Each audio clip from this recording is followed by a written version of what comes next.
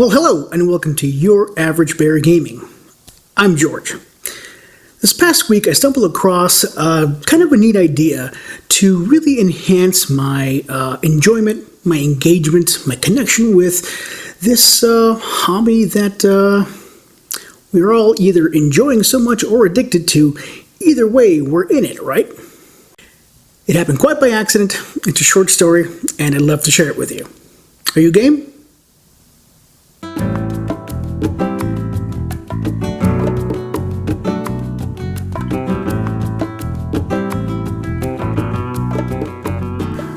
So last week I traveled to Phoenix, Arizona as part of a professional conference. If you've been watching my channel content for a little while, you know that I have a day job, the one that pays the bills to keep me in models and paints and tools and all the expenses that go along with producing content for YouTube. Without going into specifics, I do have a professional career. I handle some technical tasks for an institution of higher learning, that is college, university, etc., for those of you who are not in the higher ed industry. So we do these professional conferences once, maybe twice a year, depending on our profession, our role within the institution, and the kinds of professional groups that are out there. Now, why would we go to conferences and things like this? Why spend our budget doing this? It's not like money grows on trees. This is a kind of a thing that all professionals do. When you're in a technical field, it changes pretty quickly, and so what is state of the art changes from one year to the next, and professional conferences are a way to make sure that we are returning maximum value to our institutions. So we learn more about our profession. We get excited about all the things that we could be doing that we haven't had time for. We learn about new tools to employ to make our outputs either more efficient or more effective. These conferences are usually a couple of days, maybe a week, nothing too long. And once we have a jam-packed day of learning stuff, we typically have the afternoons and evenings to ourselves. So what do a bunch of professionals do when they're in a downtown area, kind of a touristy place, and you're away from home? Well, there's a bunch of things we can do with our time. We can make connections with people in our profession, people that we haven't met before, or old colleagues that are doing the same roles that you used to do in other institutions and have moved on, etc., etc. So, we hang out with each other, have a few adult beverages, get into shenanigans, that sort of thing, just like pretty much every other professional. Interestingly enough, this sort of conference, this sort of travel, hasn't really been a thing for the past couple of years.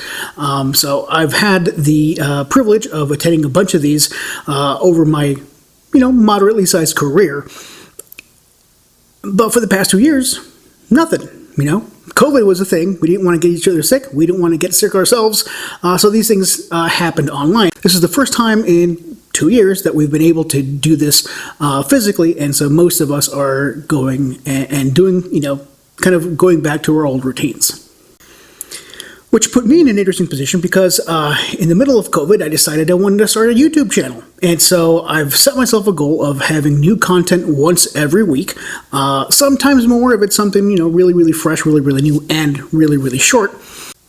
But while I'm out there for a week, I am not painting, I am not building, I am not magnetizing. Oh my gosh, I'm going to get behind my schedule. And so these thoughts were going through my head, and I thought, hey, I wonder if there's any way of combining my, YouTube life with my professional life. And in fact, as soon as I started thinking about that, I thought, hey, why not visit a few friendly local game stores here in Phoenix? I've never been here before. I am not likely to come back for a number of years because it's really, really hot. So I thought, yeah, that's a good idea.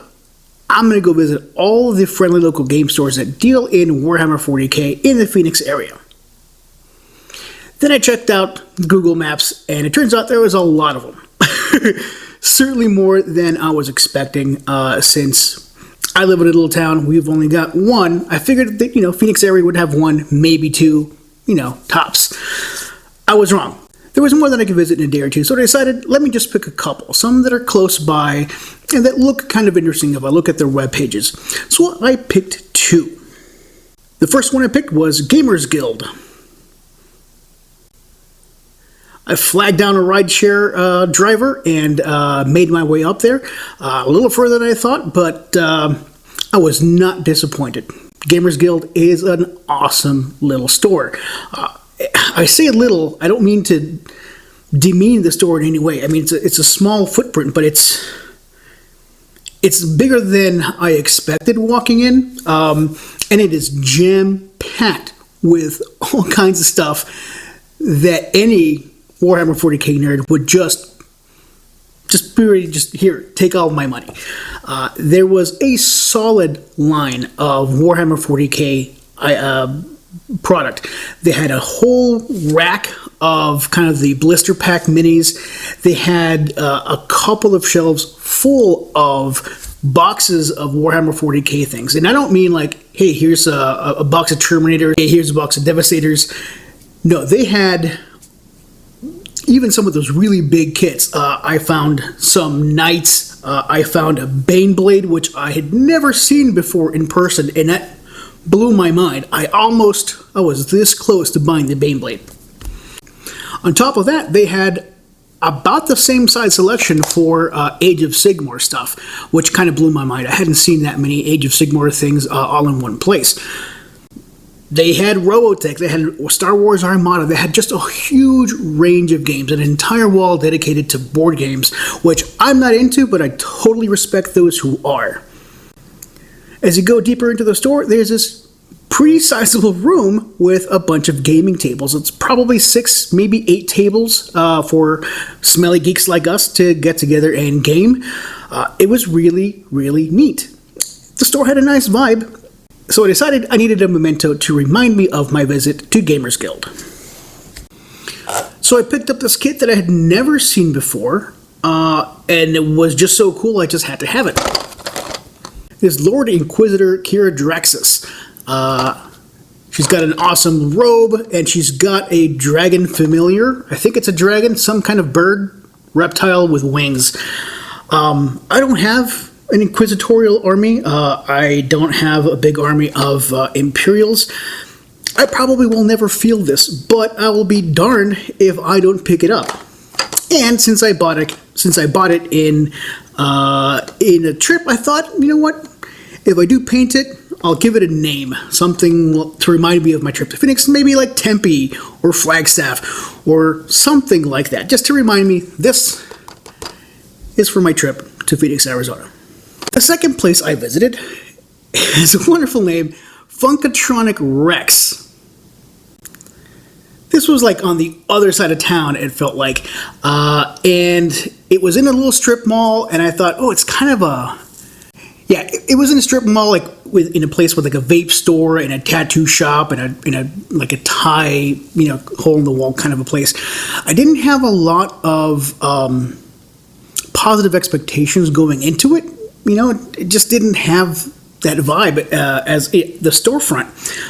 But I saw the sign and I thought, okay, there's something interesting here.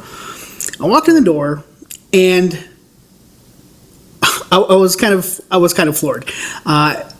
There were people in there and they were gaming, and there was quite a bit of stock of things that you could buy. Not as much as Gamers Guild. It had a much smaller selection. But it still had, well, more than what I have in my local friendly game store available to me.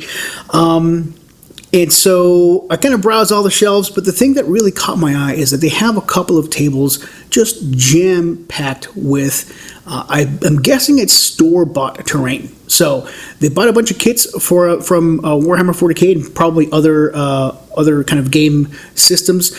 They put it together, and they're on this table, actually 2 tables, just ready for players to borrow, to use in their little skirmishes.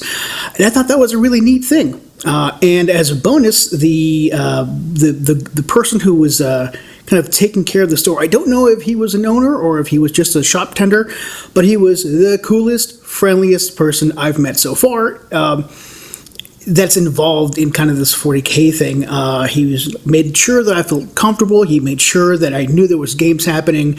I let him know that it wasn't from town. He said, "Hey man, next time you're in town, come check us out." And I didn't want to walk away with nothing.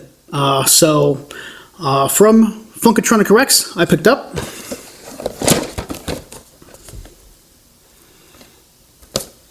these bad boys, the Knights Armigers. Again, I don't have a Knights Army. I didn't have any intentions of creating one. I might change my mind, but Knights have been kind of front of mind lately because Games Workshop just put out their Chaos Knights kind of boxes, and they look really cool, but I am just not a Chaos guy. So I did want to paint something in a slightly different scale, kind of stretch my painting chops a little bit, and these were there, and I had room in my luggage, so I pulled the trigger. I really enjoyed my my little adventure. It was a little pricey, you know.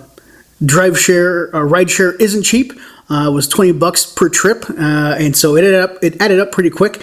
And I was spending some money in these little stores.